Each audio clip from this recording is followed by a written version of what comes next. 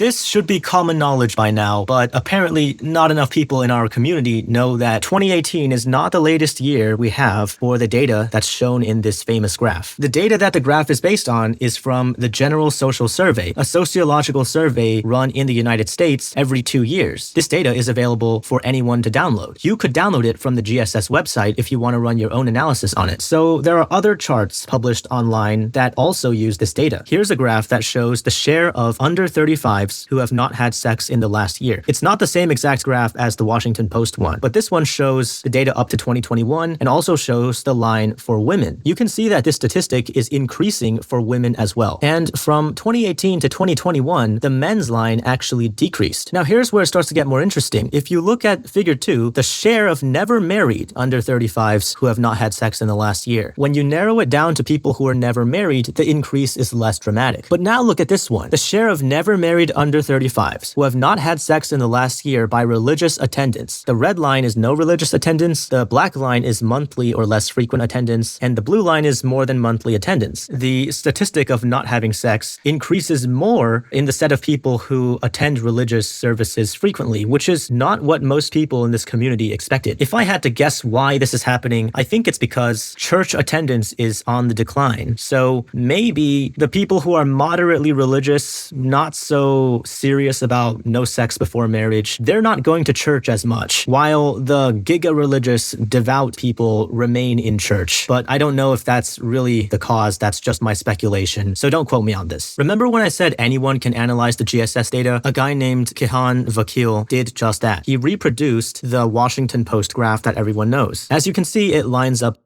He also added error bars to the graph, and the error bars are surprisingly large. And again, you can see a decrease from 2018 to 2021. Now it's 2025, and I'm wondering, why isn't there data out there that's up to date? Well, the reason is, I went on the GSS Data Explorer. The questions that ask the number of sexual partners you have had since the age of 18 were not included in the most recent GSS. A lot of questions about sexual partners are not on the 2024 GSS. Aw, man!